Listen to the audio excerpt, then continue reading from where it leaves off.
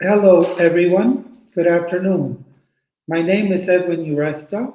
I am the CEO of the Club Lomas Independent and Assisted Living Facility based in Cotacachi, Ecuador. Club Lomas is a pioneer project in the country as it has developed an older adult residential community and social club in accordance to international best practice and standards, which makes it a first of its kind in the country. On behalf of Club Lomas, I welcome you to the series of topics to be addressed in this and other upcoming webinars regarding important aspects of aging, including risks of living alone without support, myths and realities about residences and homes, types of options, co-housing, day centers, specialized residences, most common chronic diseases, access to medical services, financial concerns and planning, and many other topics. Before we introduce our main speaker and topic today, I would like to share a brief overview of the current situation of the elderly population in Ecuador.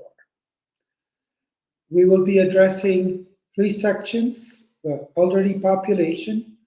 Our main topic will be the importance of mental health with Johanna Pozo, who I will introduce in a moment. And finally, life and community, to end the meeting with questions and answers. Next, please. Javier. The elderly population in Ecuador, I would like to summarize basically when we consider the aging of the population worldwide. We calculate that we have 830 million people aged 65 and over, and that is projected to grow to 1.7 billion persons by 2054. That means that better healthcare and longer lifespans play a huge role in the new era of our world. Ecuador currently has 9 of its population, which are 65 or older. That is approximately 1.5 million persons. Of these, 54% are women, 46% are men, and it is estimated that 18,000 people are over 95 years of age.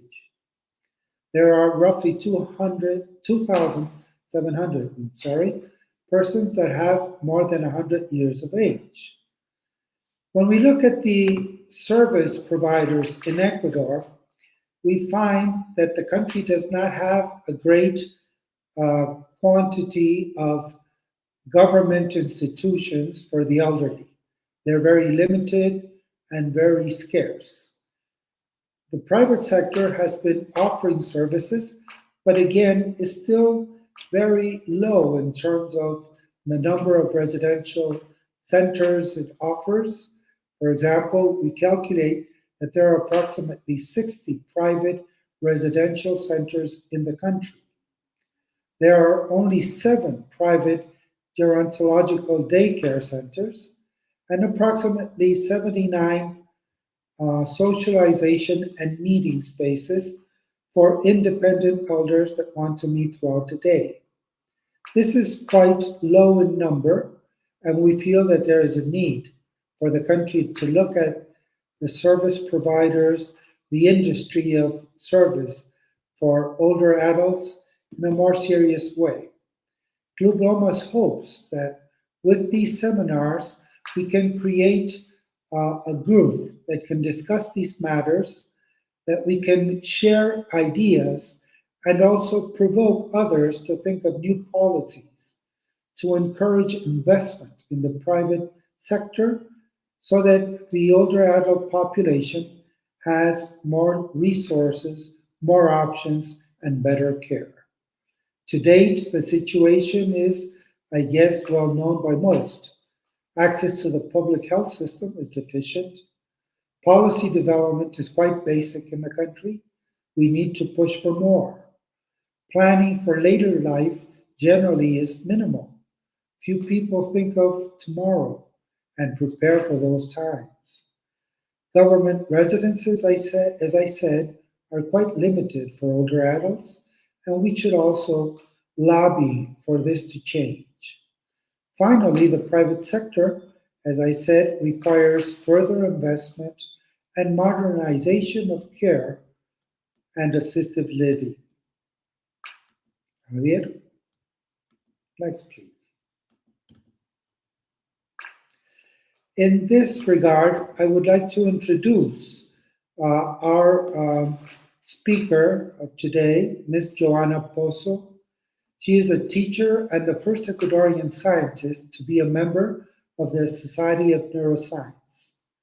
Johanna holds a degree in clinical psychology, a diploma in horse-assisted therapy, and a master's degree in cognitive neurosciences at the University College of London.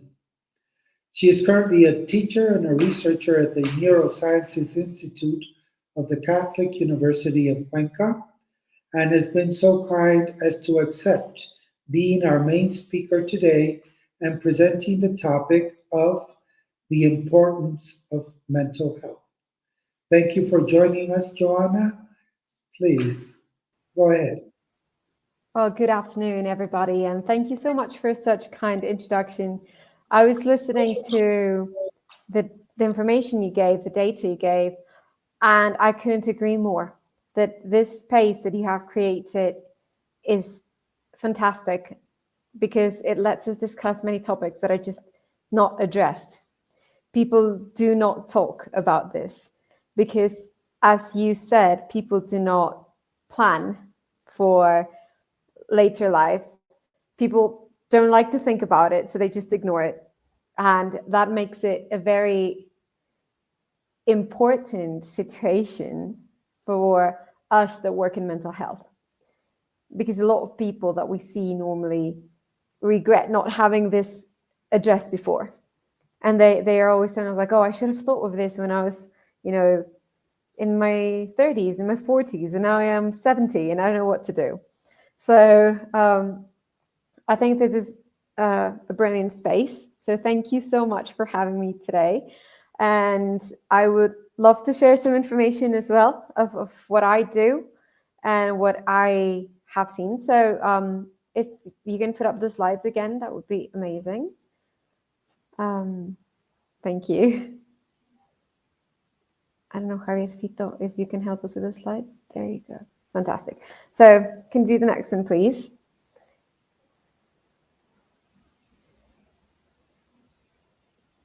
Awesome. So as Edwin mentioned, I work in neuroscience, and that's why I had a little brain jumping there to just catch your attention.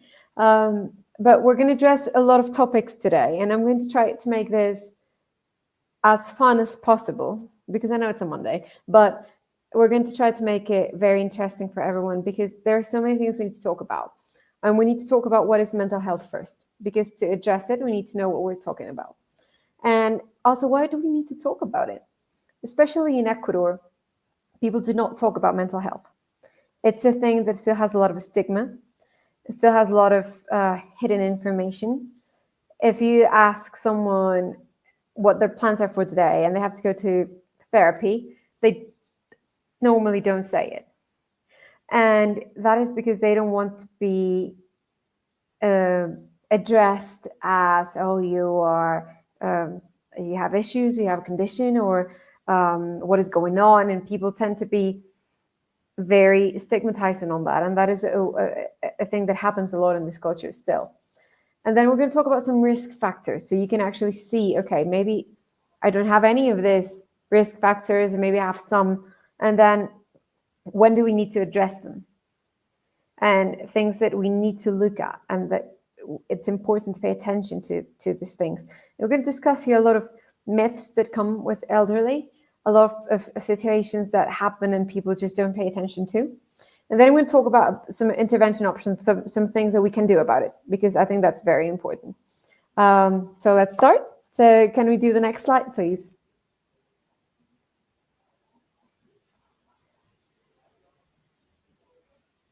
Can you click on it?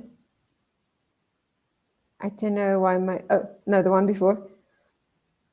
I had some titles there, but they seem to have disappeared. So this is just said, what is mental health? And mental health is defined as a state of well-being. That's the World Health Organization definition. It has a lot of things, so I've kind of summarized it here. And this state of well-being is supposed to let us cope with the regular stress of life. And that skill, that ability to cope with the stress, is something we need to be aware of, as well as other abilities that we might have. So for example, if I am good at something, to actually know that I'm good at it.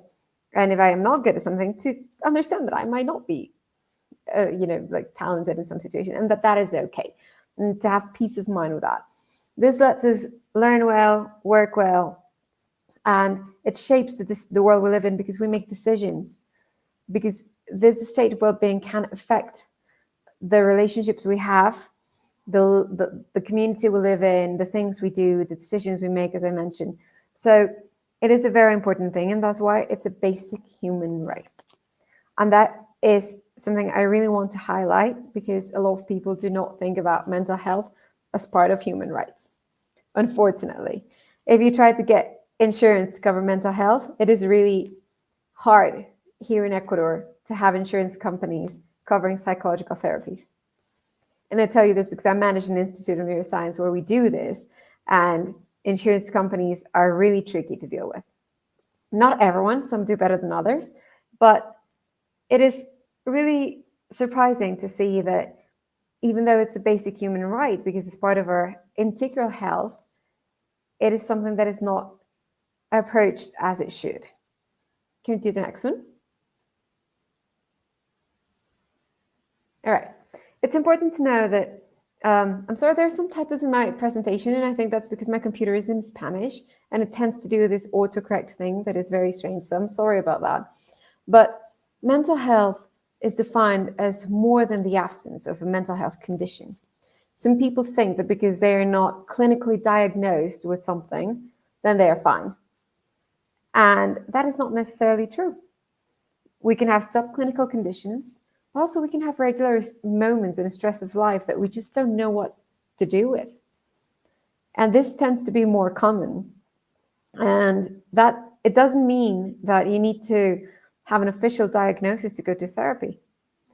Some people just need to learn better tools to help them deal with the stress of life, or with situations or with moments that I might be going through. And it's important to know that this varies from person to person. It's not going to be the same. I might be, I don't know, very good at dealing with work and with, like, working in very stressful situations, but I am awful the day I stop working, because I love my job so much that I don't know what to do the days that I don't work, Or when I, like, for example, I know that when I retire, I'm going to have such a crisis, because for me, my job is such a part of my identity. So I have to work with that. Mhm. Or, like, for example, I have a lot of family abroad, and I know that eventually, I see them and all of that, but when I have to come back and I am away, what do I do with my support network? Do I have a support network here? What do I do to have one? Because all of this can vary from person to person. And it's important to know that a lot of things are related to mental health, like low functioning, when you just don't know what to do with your life, self-harming. And self-harming doesn't necessarily mean to lesion yourself, but also not taking care of yourself. And a lot Johanna? of stress. Yes. Very interesting. I understand, as you say, this is a continuum.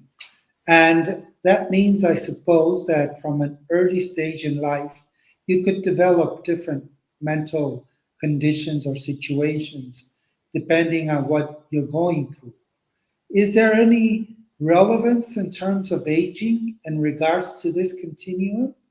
Does Yes. aging affect more, or is it similar?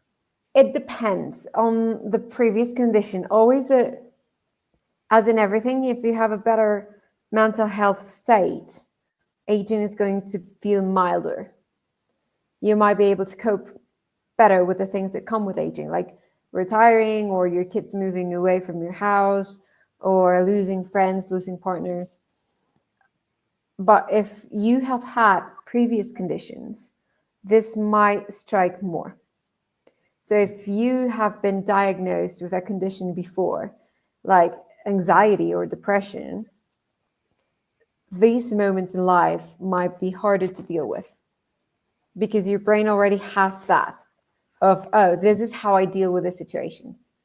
So it's very important to actually sit. I always say this, you have to sit with yourself and think, okay, have I developed enough skills to deal with certain situations or not? And it's okay if you didn't, that's totally fine. But then you have to do something about it, because otherwise moments are going to strike really hard and they're going to be very difficult to cope. I don't know if that answers your question. It does. Thank you very You're very welcome. much, So Joe. as I was saying, all of this is important. We need to think about the situations that we might be going through. Like saying, when a lot of people here in Ecuador, and we've discussed this sometimes, they don't plan for aging, and then they are left alone because people move away, or their families just don't visit them.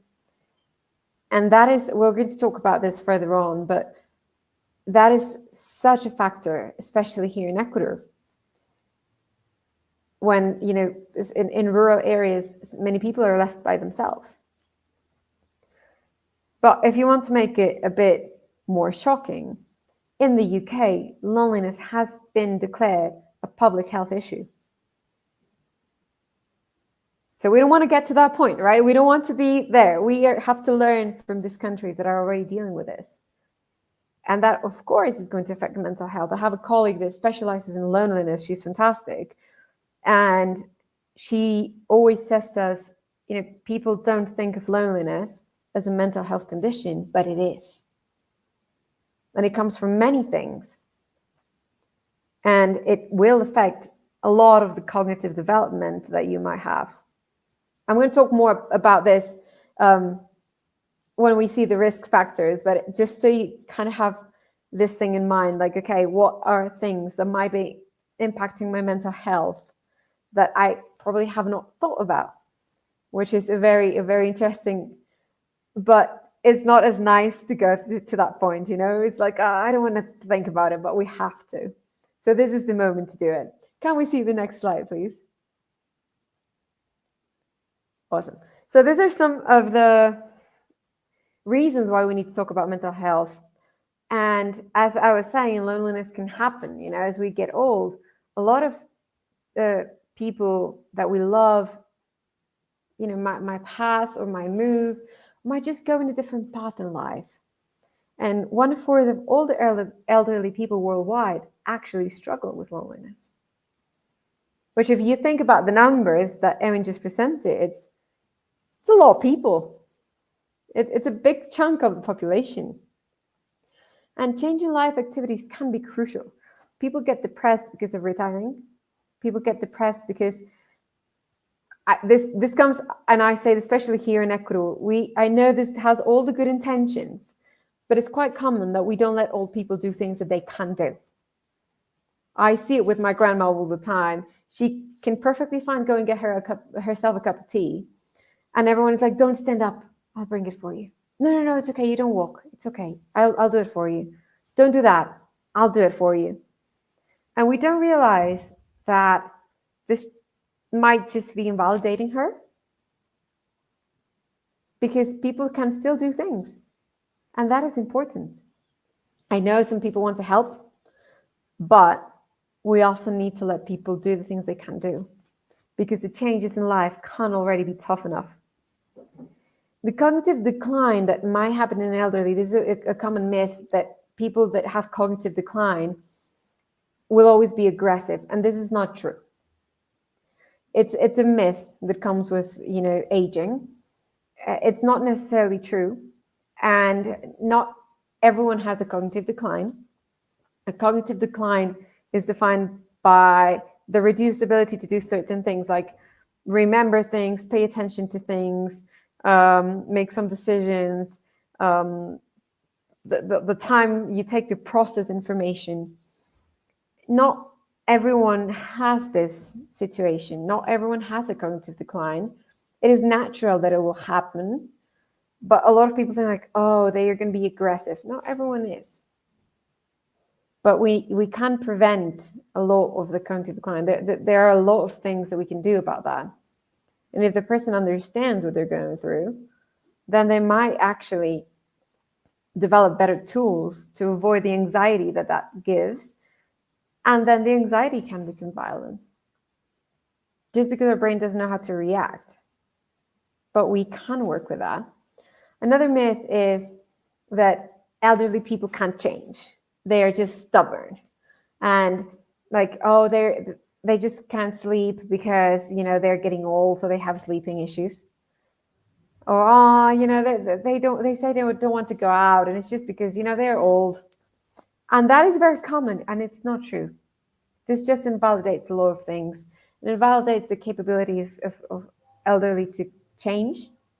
If people are perfectly capable of understanding things, we just might not have the patience to explain. And, people are not stubborn. It's a common myth. It's really hard for the brain to rewire certain information, but the brain can do it. We just need to repeat it a bit more because of the way that connection has solidified.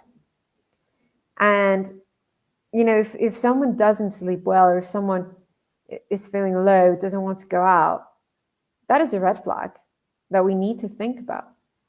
This happens in all of the population, regardless of their age. So we don't have to just make it an excuse to not attend the elderly. Because if you think about it, and this is a tough number that I saw this morning, and I thought it was a bit less, but it's quite high, that the 27.2% of the suicide rates worldwide are among people aged 60 or older. But we don't talk about this. We just think, oh, they were old. Oh, this happened. But all of people stop taking their medication. and they pretend that they forget it because they are depressed. A lot of people don't find what to do now that their life has changed so much, and that's why the rates of depression are so high. If you think about 28.4% of all the elderly population struggles with depression, and this might be even higher because a lot of them go underdiagnosed. So this is why it's important to talk about mental health, because these numbers are quite high. Can we see the next slide, please?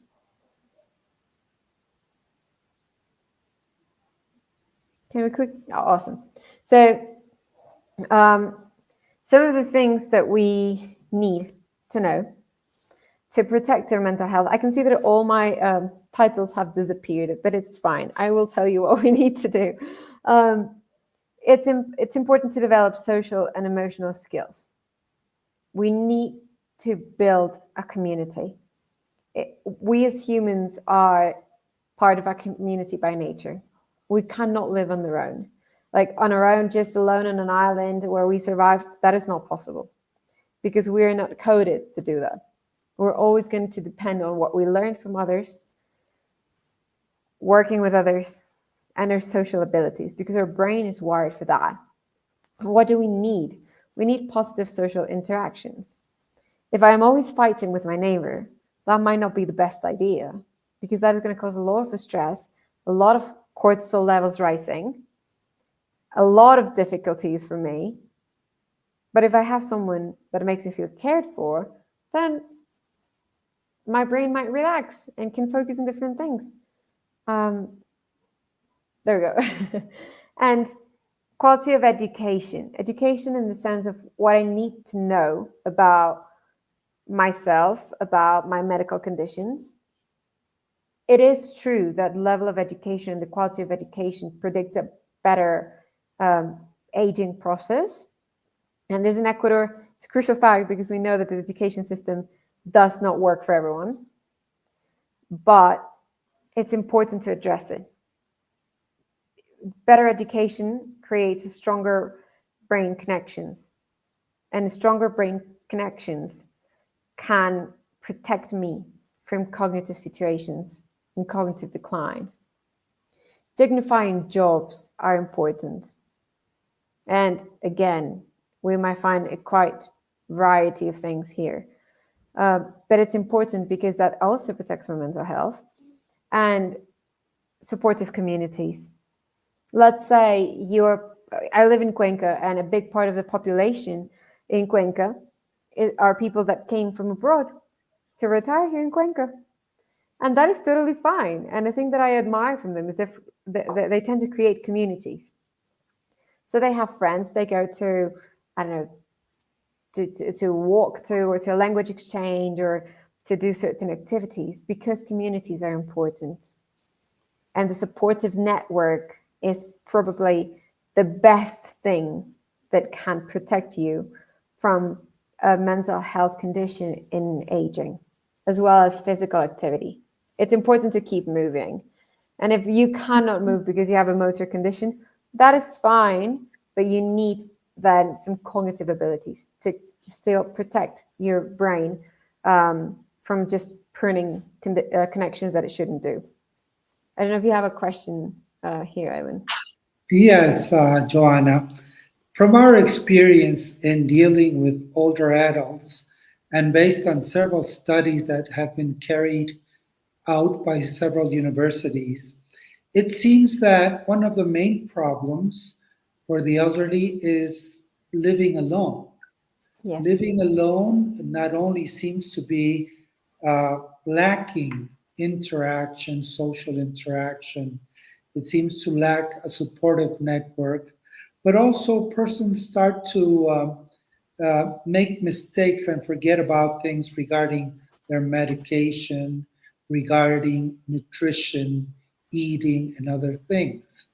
In that regard, would you agree that living alone many times can be risky and that a solution could be living in a community? Would that be right? Yes, I would think that it depends how you manage living alone. For example, My fiance's grandma lives alone in Ireland. She's 92, but she has a beautiful community, so her neighbor is always there for her. Everyone calls to check in. She has people that come in to take care of her twice a day. So she lives alone, but she's not alone. She's not lonely. So this is a great thing that we need to understand. The sense of community is the most important thing. Because you can be on your own room, and you're alone, but you have an amazing community next to you that helps you stay on top with your nutrition, but make sure that you have access to your medicine. That's totally fine. But the problem is when you get lonely. And that is, it's a very easy thing to do when you're living alone. You just are not interacting with anyone. So does it really matter if you shower? Probably not, right? And then does it really matter if I don't eat my fruits and veggies? But I don't want to cook, so I'm just going to order. And then I forgot to buy the medicine, but I don't want to go out because I haven't showered. It's okay if I just leave it for tomorrow. And that train of thought that I've just described is quite common. And then you're a risk for yourself because you just don't know how to manage the idea of being alone. So I think that it's the most important thing to have a community. Mm-hmm. If, like, for example, I think that in the pandemic, a lot of people struggled with this because communities were stopped. Mm-hmm. And that's when we saw such a high rise in mental health conditions because people don't know how to do this because their brain is not designed for this. We are designed to live in a community. Our brain has specific areas to do social interaction. And this is a brilliant, absolutely brilliant area. It's called social cognition. And it really describes how our brain is wired to interact with others and to be in a community. So I do think that living alone is a risk, but it's more of a risk when it becomes lonely. Because you can live alone and have a beautiful community, right? Mm-hmm. Unfortunately, that is not very common. Right. Because so everyone has a train of life. So, if I am too busy to go and visit my elderly neighbor, then I just don't. Right. So it does depend a bit in terms of the circumstances, who your neighbors are, what your community is. So you could actually have a nice neighborhood where you have your house and your neighbors interact with you, and then you don't necessarily feel alone. But you could also live in a condo with many other people that don't interact, and still loneliness comes to happen, right? Yes, 100%. I think that has been the case many times for older adults where something has happened to them and nobody knows. Because unfortunately, in the world we live in at the moment, people just don't care. And that is such a sad thing to say. But many people nowadays don't know who lives in their condo. So it's not necessarily because they're mean or something like that, but they just don't know. And everyone is so busy with life and life goes so fast that it's a very rare thing to find that all the people living next door and your friends, and if you need something, you call them. It's not common, especially for bigger cities. That's correct. That's unfortunate. Great. Thank you. It is really sad. Oh, you're welcome. Can we click on the next one, please? So, red flags. That's just what we were talking about, right? So, low mood is a red flag. If you're feeling that you just don't have energy, that you're just not interested in things anymore, or like you're feeling like lazy for things, like, oh, I don't want to do this, I don't want to do this, that's a red flag. Because we all have low days, and that's okay. But if this becomes very common, if you have 5 days in a row where you don't want to do anything, okay, let's pay attention to that. What is going on? Especially if you lack interest in things you enjoyed before. That is one of the main criteria for depression. And depression in older adults is completely underdiagnosed. Because people think like, oh, they're just old, they don't have the energy for it anymore. That's not necessarily true. So it's very important to assess this. And then, we've discussed this, loneliness is one of the main red flags. And it's important to note here that loneliness doesn't mean you're living alone. You can be living with all your family. And you have your children there, your grandkids there, but they just don't pay attention to you. So that is loneliness. Loneliness is that perception of not having anyone. And this is very common for older adults. Like, oh, I don't want to bug them. They're too busy. I don't want to bother anyone.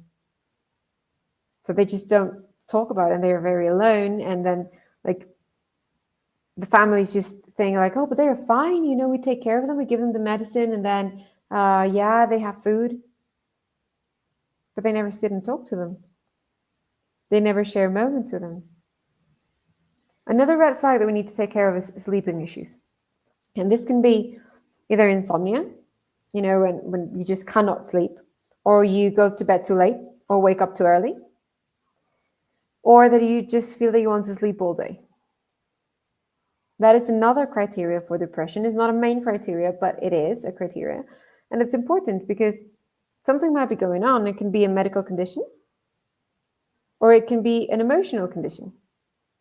And this is another risk thing when people live alone. Like, oh, I'm not going to go out. I'm just going to stay in my PJs. So then your body actually loses track of time because it doesn't have the cues that it would normally have for I need to change. Now I need to do this. I need to do this. It's just like, oh, we're in PJs. So it's relaxing time. We're not going to do anything. I always do this, and it might be because I teach very young kids. So sorry if you're not in that group, but I always do this thing of trying to make a very easy comparison of what your brain would think. Like if your brain was outside, what it would say. And if you're sitting in your PJs all day, your brain is saying like, oh, it's bedtime. And that can actually affect you a lot, especially in the cognitive spheres, because the brain loses cues, loses routines, and then just loses interest in things. And you just want to sleep all day. Low appetite is another thing. And people also have this as a very common myth, like elderly people eat less. It might be true that they eat less, but that doesn't mean that they don't eat well. So it's important to address this medically. Your doctor needs to tell you if you're doing it right or not. Or sometimes they have intense cravings for, especially here in Cuenca, it's common, I don't know there, but the elderly people crave sweets. And they have like hidden sweets everywhere. We need to address this medically as well. Is it a medical condition or is it anxiety? Because that could also happen. And then that leads to a lot of different conditions, right? Like diabetes or cholesterol that can have, we could have another full seminar on the consequences of this. So it's important to assess it. And memory loss. If you don't eat well, if you don't sleep, then you have memory loss. And memory loss can also happen because of stress, because of anxiety, because of depression, because of loneliness. Because if you never go out, then your brain loses cues. And again, if we think of the pandemic, a lot of people started presenting memory issues. And that is because the brain cannot pick up environmental cues if it doesn't go out. And again, a lot of people, those are very common, people staying in their PJs all day. And then they didn't know which day it was after, a few weeks or a few days. And this happens because the brain is just so confused about what's going on. Because I don't have any cues, I don't have any structure, I don't have any routine. Then the brain is just like, I'm not sure what we're doing, So it's very, very important to assess this. And can you do on the next one?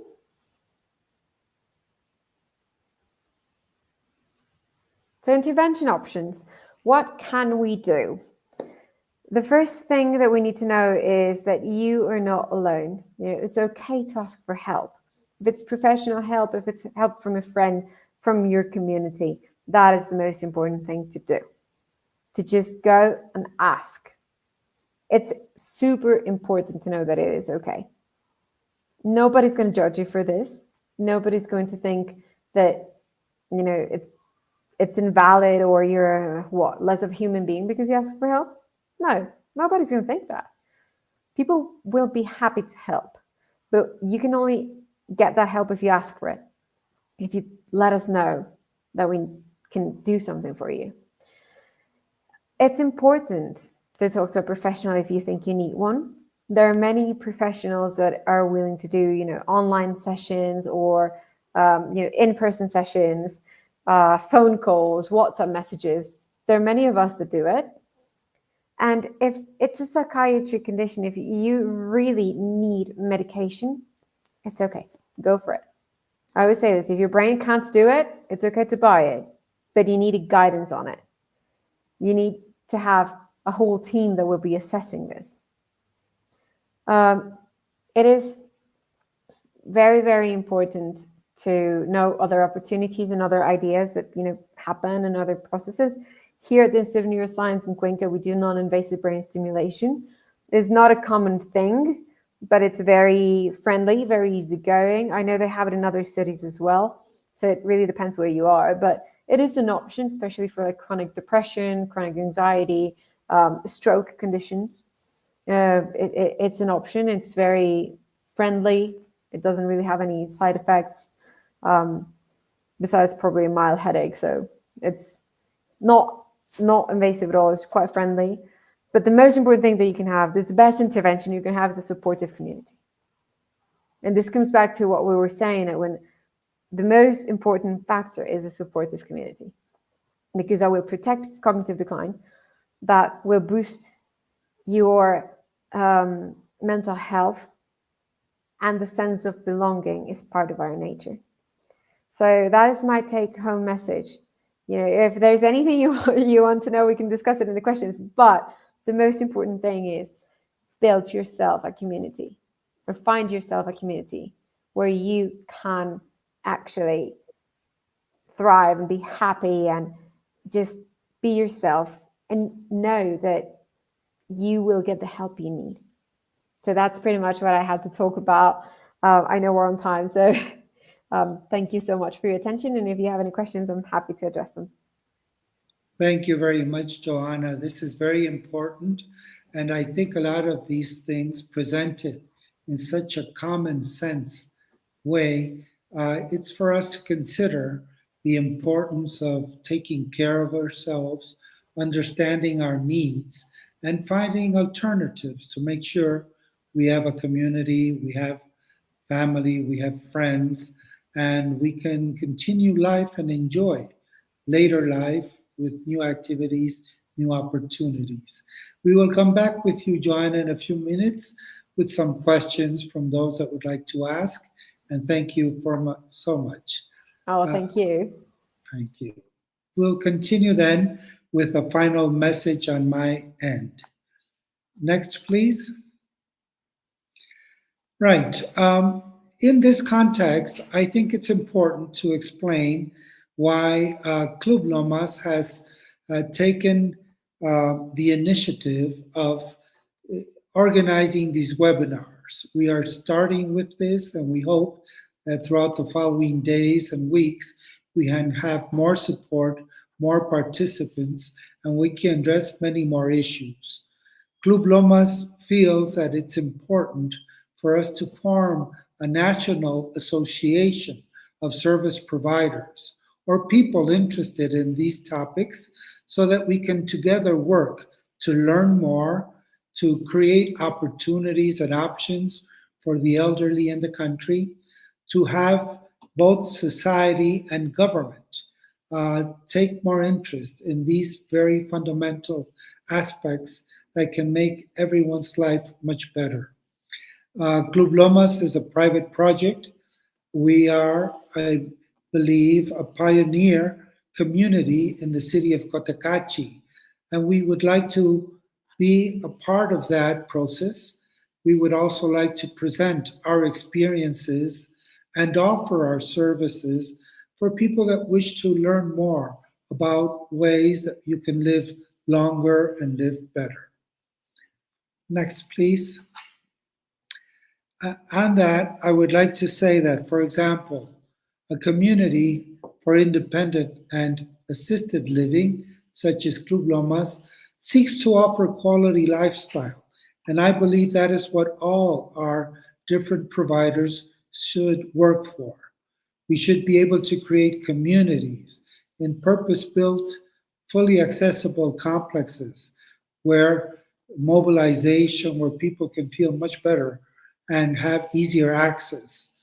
A social club that can include both residents and people from outside of the compound are also a good option because that allows for a greater community to develop, where you can have smaller groups with specific interests in arts, in gym, in the pool, and many other aspects.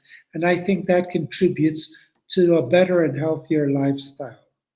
A nutritional plan, a gourmet restaurant, security, nurse station, and assistance as required, we believe are aspects that most communities should aim for so that people actually feel that they're having a better life, they're taken care of, and that it's a family in itself.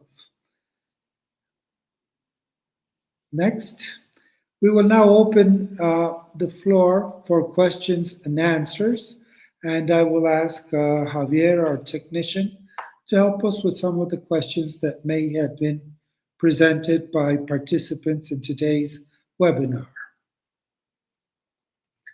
A question here. What would be the best advice for the family members of an older adult with some mental problems? Johanna? Thank you so much for your question. I think that the best advice is to educate yourselves. If you have questions, go and ask them. And if you need therapy, go for therapy. Because it's quite common that you have, it's called the carer syndrome, that you are also exhausted, you are also tired, you feel reactive to your family member because you just don't know how to deal with it. And that is important. But also, when I say educate yourself as professionals.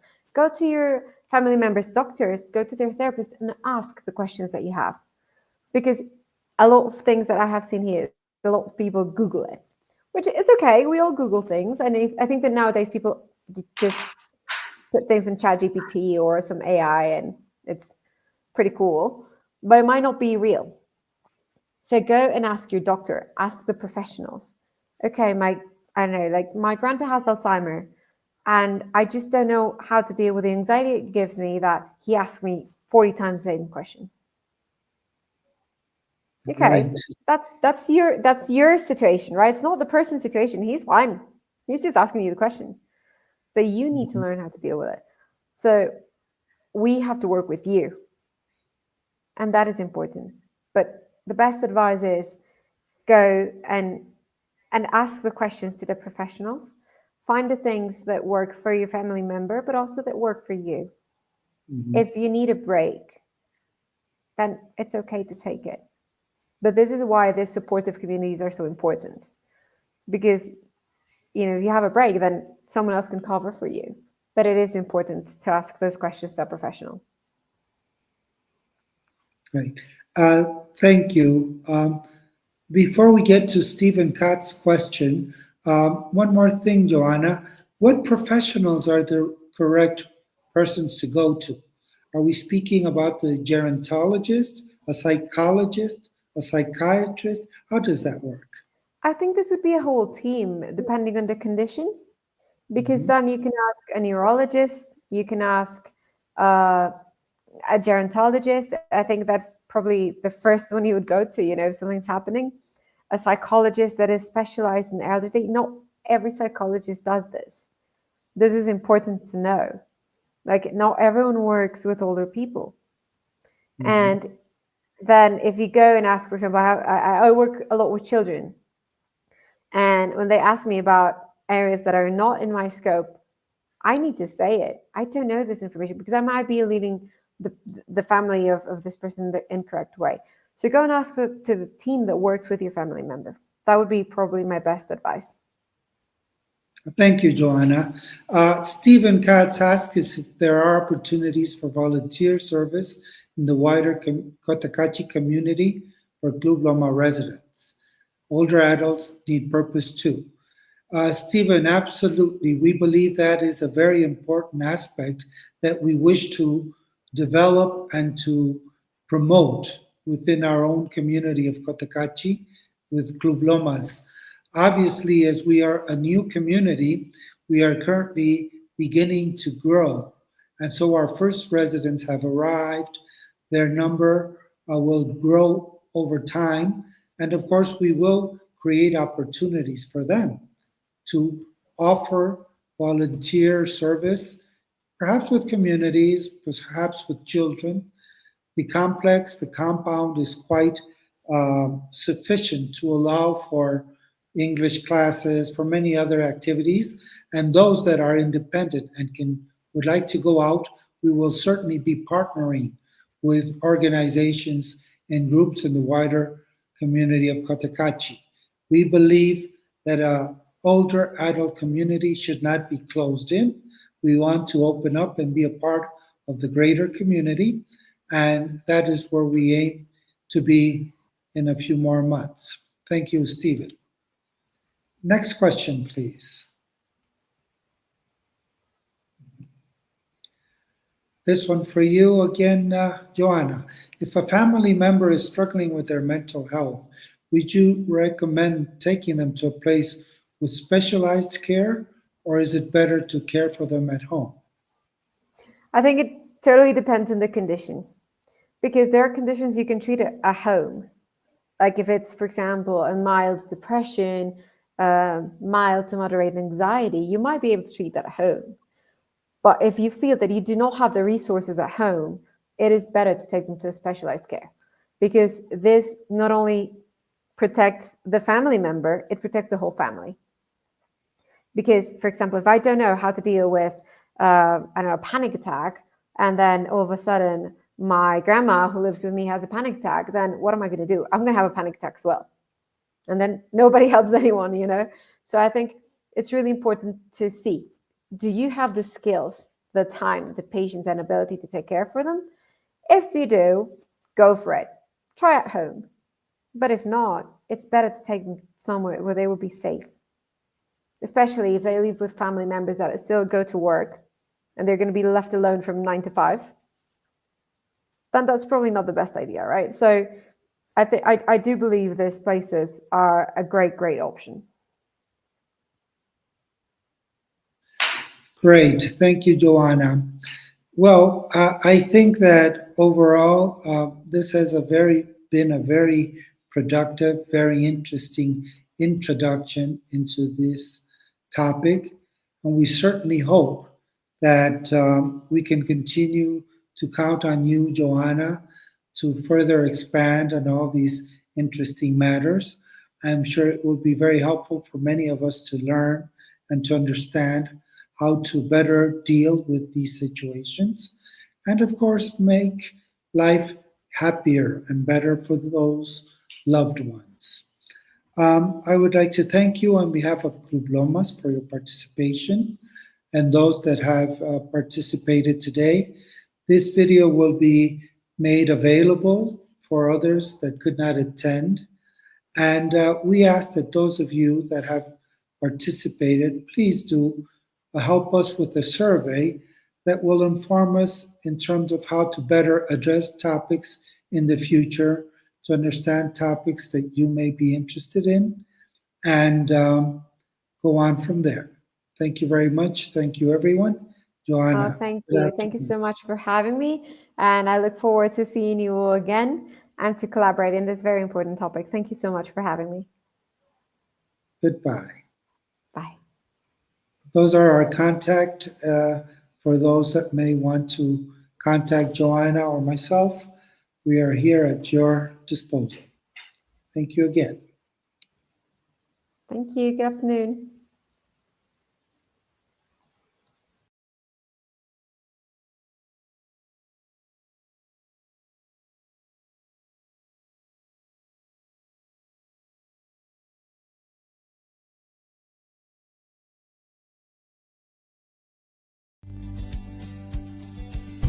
Welcome to Club Lomas, an innovative project unique in Ecuador, focused and specialized in services for the elderly, with an exceptional environment and essential services for the dignified retirement of our loved ones in their golden years.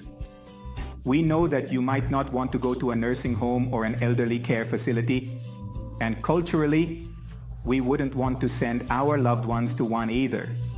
That is precisely why Club Lomas has developed a completely different service offering with a new concept, where the elderly and their families would indeed want to have this service and be here. Club Lomas offers 5 hectares of space with facilities specially designed for the elderly, not only for their safety and mobility, but also for their comfort and happiness. At Club Lomas, we offer dignified solutions for our elderly, which include residence memberships, where we comprehensively include all services for a full life here at the club. We also have an external membership option, where the elderly can enjoy our facilities without living here. And finally, we have the option of short stays, whether for vacation or recovery, to enjoy in a pleasant environment, an escape or an ideal time. We have been in the market for less than a year. We are located in the beautiful and peaceful city of Cotacachi. And Club Lomas was born with the higher purpose of providing life, happiness, and assistance for all our loved ones in an exceptional environment and place. Club Lomas has its doors open for you to visit and take a special tour of our facilities and get to know firsthand the concept and special services we have here. We invite you to write to us or call us at 095 929 3707 or get in touch with us through the website clublomas.com. We look forward to welcoming you and invite you to experience this new concept that is completely new and special for our seniors.